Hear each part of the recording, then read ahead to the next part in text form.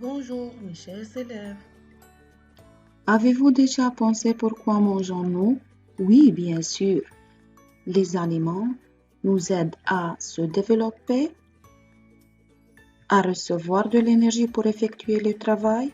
En outre, les aliments sont nécessaires pour effectuer de différentes fonctions corporelles qui nous aident à rester en vie. Alors, les aliments possèdent différentes fonctions dans notre corps et selon ces fonctions, ils sont classifiés en 3 catégories qui sont les aliments énergétiques qui agissent comme des carburants pour le corps, les aliments bâtisseurs qui aident le corps à se développer et les aliments fonctionnels qui sont essentiels pour les différentes fonctions du corps et pour améliorer notre santé. Maintenant, la question qui se pose, quels sont les constituants de nos aliments? Les aliments sont formés de 5 composants de base qui sont les glucides, les protéines, les lipides, les vitamines et l'eau et les sels minéraux. Allons-nous reconnaître chaque constituant à part et en détail. On commence d'abord par les glucides. Les glucides forment un composant essentiel de la structure de la cellule vivante. Les glucides composés d'éléments carbone, oxygène et hydrogène sont des principales sources d'énergie. Les glucides sont formés des glucides simples qui se trouvent dans les fruits et des glucides complexes qui se trouvent dans le riz, le blé, les pommes de terre. Les glucides simples qui sont connus sous le nom de sucre et qui ont une saveur sucrée comprennent 2 groupes. Les glucides simples sont formés de 2 groupes, les monosaccharides qui sont formés d'un seul sucre et les disaccharides qui sont formés de 2 sucres. Les monosaccharides qui sont formés d'un seul sucre, on cite le glucose, qui est le sucre le plus simple et qui forme la molécule de base de tous les autres glucides et il se trouve essentiellement dans le raisin, c'est la molécule de glucose. Le galactose qui se trouve dans les végétaux et le fructose qui se trouve dans les fruits. Parmi les disaccharides, on cite le maltose qui est formé de 2 molécules de glucose, le lactose qui se trouve dans le lait et le sucrose qui est extrait des fruits pour sucrer des aliments et les boissons. Les glucides complexes, ce sont des chaînes complexes de molécules de glucose. Ici, on a un fragment d'une chaîne d'un glucide complexe qui est formé de molécules de glucose. Les glucides complexes comprennent l'amidon et les fibres. L'amidon se trouve par exemple dans le maïs, le blé, le riz, le pain, les pommes de terre. L'amidon peut se décomposer dans le corps en maltose, puis le maltose peut être se décomposer encore en glucose. Les fibres, ce sont des chaînes très complexes de glucose, c'est pour cette raison elles ne peuvent pas être décomposées par le corps humain, alors elles nous aident à se débarrasser des aliments indigérés. Elles se trouvent essentiellement dans les fruits et les végétaux frais. Les protéines, aliments bâtisseurs, composés d'éléments carbone, oxygène, hydrogène et azote. Ce sont des chaînes complexes formées de molécules simples ou d'éléments de base appelés acides aminés. Ici, on a une molécule de protéine qui est formée des acides aminés. Le rôle essentiel des protéines est d'améliorer la croissance et le développement du corps et le renouvellement de la cellule, c'est-à-dire le remplacement des anciennes cellules par de nouvelles cellules. Alors, il faut manger les protéines qui se trouvent dans le lait, le fromage, la viande, le poisson, les céréales et dans les œufs. Aimez-vous manger les fast-foods?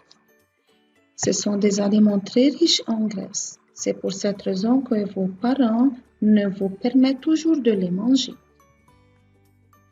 Les lipides sont composés d'éléments carbone, oxygène et hydrogène.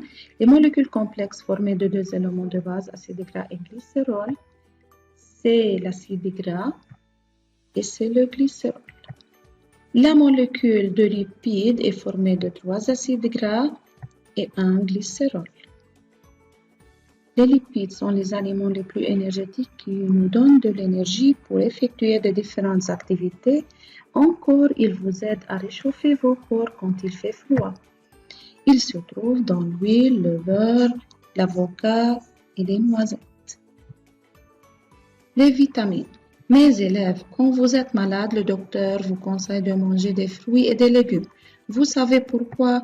C'est parce que la plupart des processus se font dans notre corps, exigent des vitamines se trouvant dans les fruits et les légumes.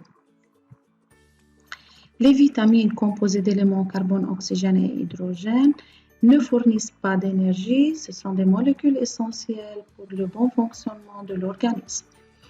Citons par exemple la vitamine D qui est connue par la vitamine de soleil. Elle est assurée par le soleil et par certains aliments. Elle est nécessaire pour maintenir les os en bon état. La vitamine C, elle se trouve dans les fraises, dans l'orange, dans le kiwi. Elle peut renforcer notre corps contre les maladies.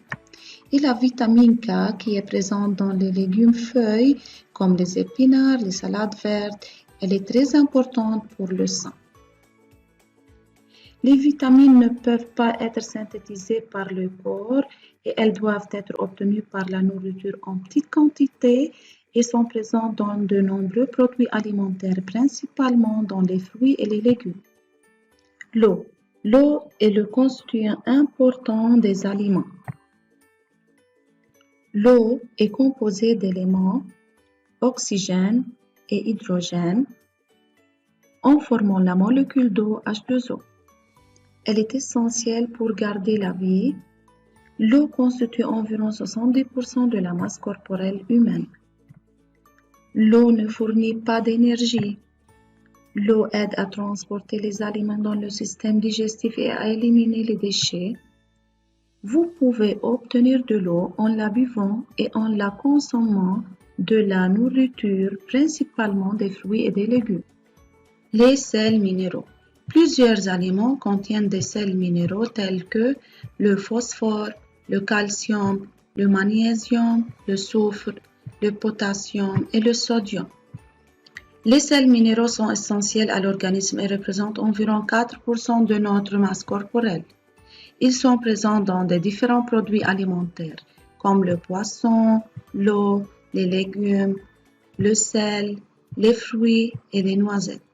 Les sels minéraux sont responsables de différentes fonctions corporelles comme le calcium qui est important pour avoir des os et des dents sains, le potassium encore qui agit dans la transmission nerveuse et la contraction musculaire. Les aliments organiques et inorganiques. Les 5 constituants des aliments qu'on a déjà vus peuvent être classifiés en 2 groupes essentiels. Les aliments organiques et les aliments inorganiques. Et cette classification se fait grâce à la présence ou à l'absence de l'atome de carbone. Les aliments organiques sont formés essentiellement des atomes de carbone et ils sont fabriqués par les êtres vivants. Les aliments inorganiques ne contiennent pas d'atomes de carbone. Les vitamines, les protéines, les lipides et les glucides sont tous formés des atomes de carbone comme on a déjà vu, alors ce sont des aliments organiques. L'eau et les sels minéraux ne contiennent pas l'atome de carbone, alors ce sont des aliments inorganiques. À la fin, on peut dire que les aliments sont des sources d'énergie et des bâtisseurs du corps qui nous aident à se déplacer, à réchauffer notre corps, à se développer et améliorer notre croissance. Ici, le bilan de classification des aliments selon leur fonction. Et dans ce bilan, la classification des aliments selon leur constitution.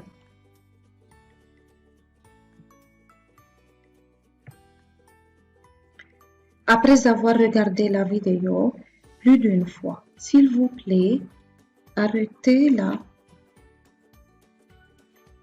puis résoudre l'application et faire une autocorrection.